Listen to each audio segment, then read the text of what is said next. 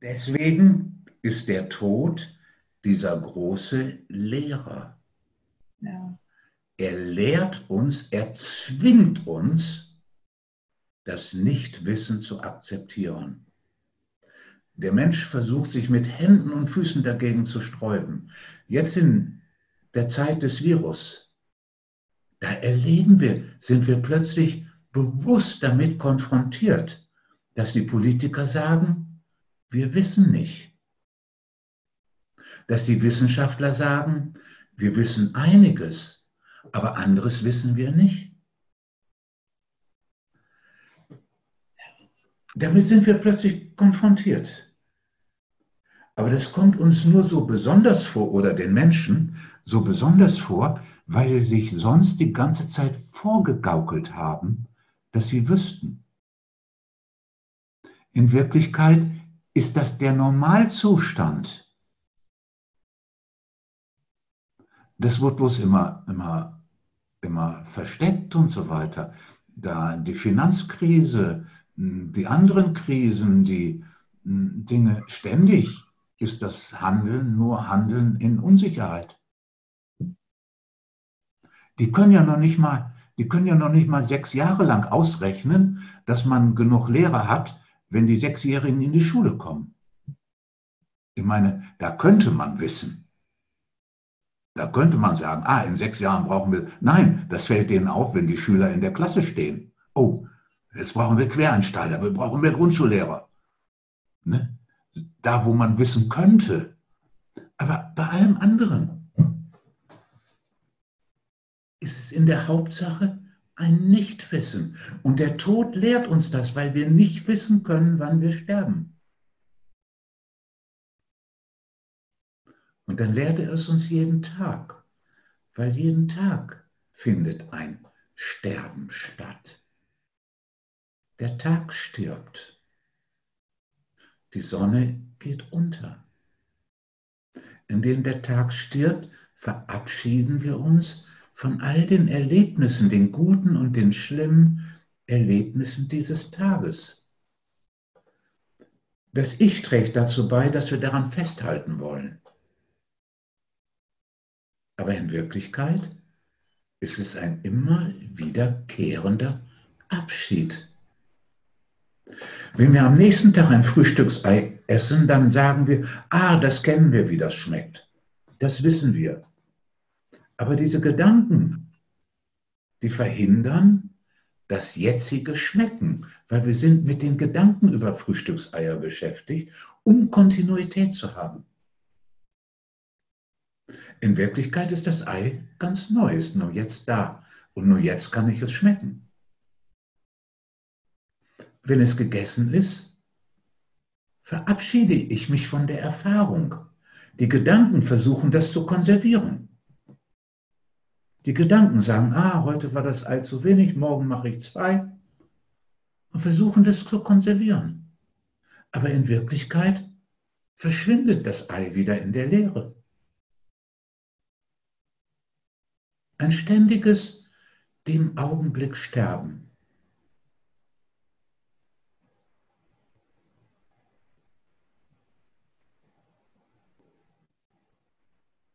Und das impliziert ein ständiges Nichtwissen. Zum Beispiel in Bezug auf andere Menschen. Ich denke mir aus, ich habe da Beziehungen und treffe den Menschen nächste Woche wieder. Vielleicht ja, aber vielleicht auch nicht.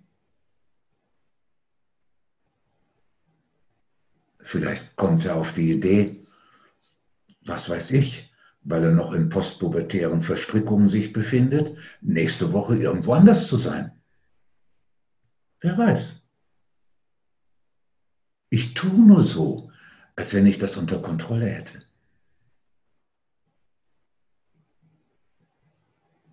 Auch da ist die Begegnung und anschließend ein Sterben.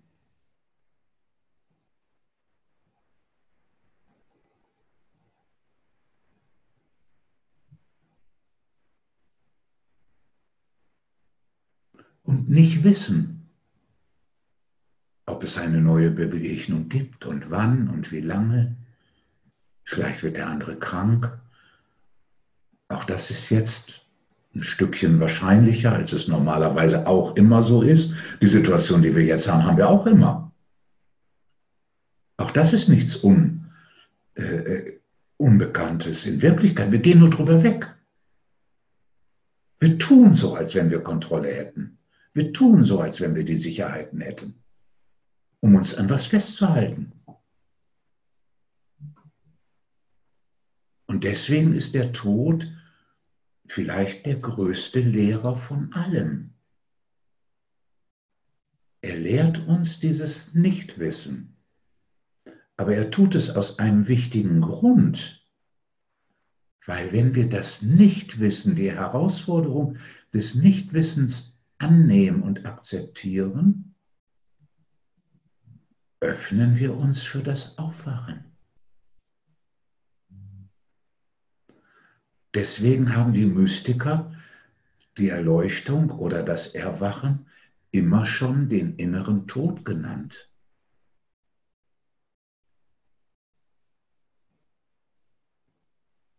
Und diese zweite Seite, die macht ihn endgültig zum größten Lehrer, den wir haben.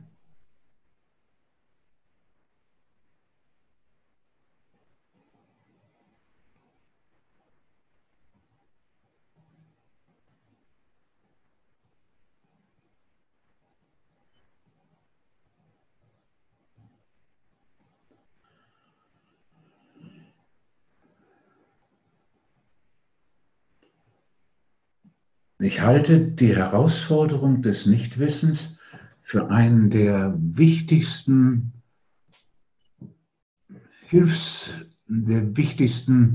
Hilfen des spirituellen Weges.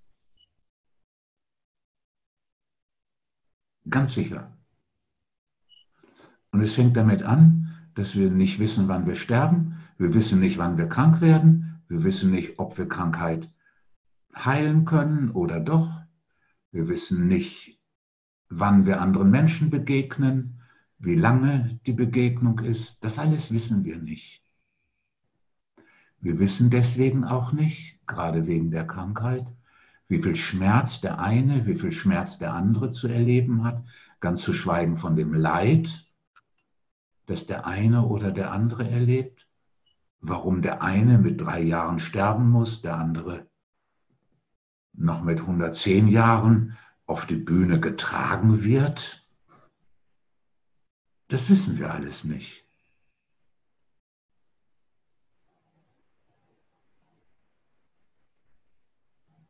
Und ich halte das für eine so wertvolle Herausforderung. Es gibt eine ganz alternative Vorstellung.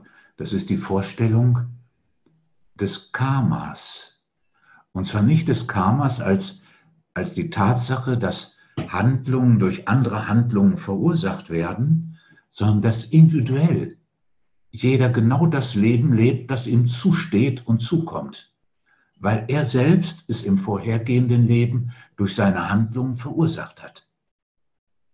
Das ist eine Vorstellung, eine Haltung des Ich weiß, eine Haltung des Wissens. Und ich halte das für eine grundlegende Verarmung des spirituellen Weges, eine solche Vorstellung. Das Ausschließen dieses Nichtwissens halte ich für eine wirklich fundamentale Verarmung, die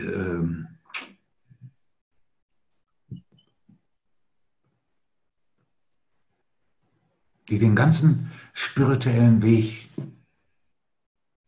begrenzt und einschränkt.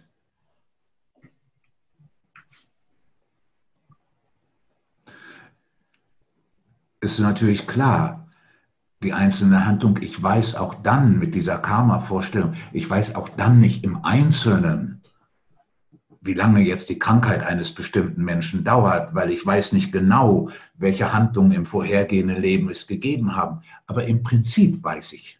Im Prinzip behaupte ich zu wissen, das, was jetzt verursacht ist, ist genau richtig, weil es ist die Folge. einer Ursache, die im früheren, anderen Leben geschehen ist und die dieser Mensch getan hat und so weiter. Es ist alles ein logischer, vollständiger Zusammenhang.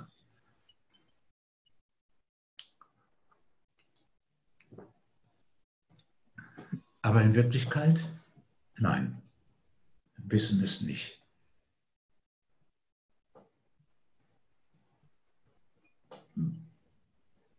Warum in den USA inzwischen, weiß nicht, 30.000 Tote sind, in Italien 15.000, bei uns nur klar, wir haben ein besseres Gesundheitssystem. Aber warum haben wir dieses Glück? Was macht uns, dass wir in diesen Genuss, in diesem Falle unserer Ordentlichkeit kommen oder so?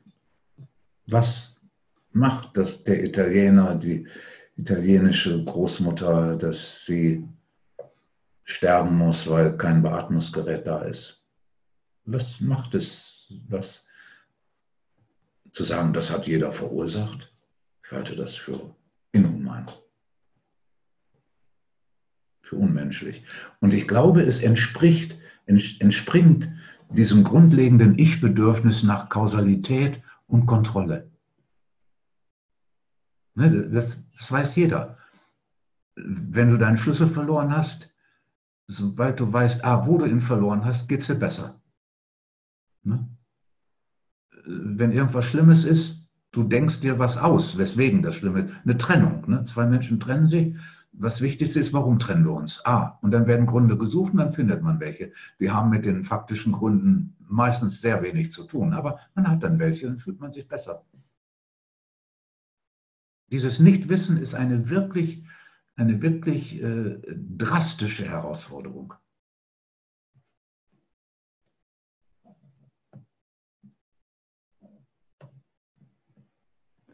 Und die macht demütig.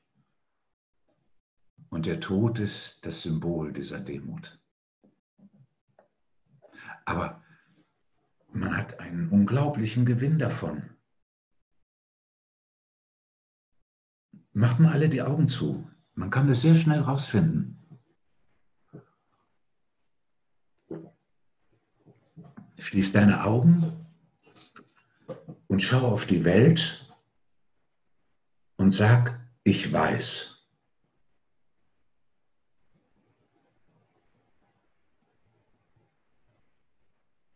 Nimm die innere Haltung wahr, die damit verbunden ist.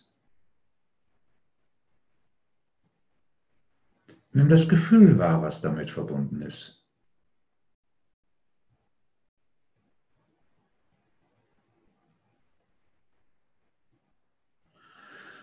Und jetzt atme einmal gründlich aus.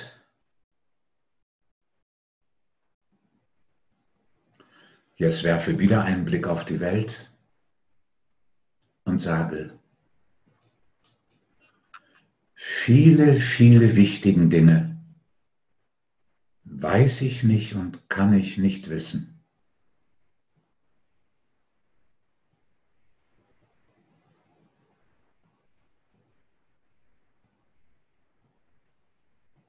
Nun wahr, mit welcher Haltung das verbunden ist und mit welchem Gefühl.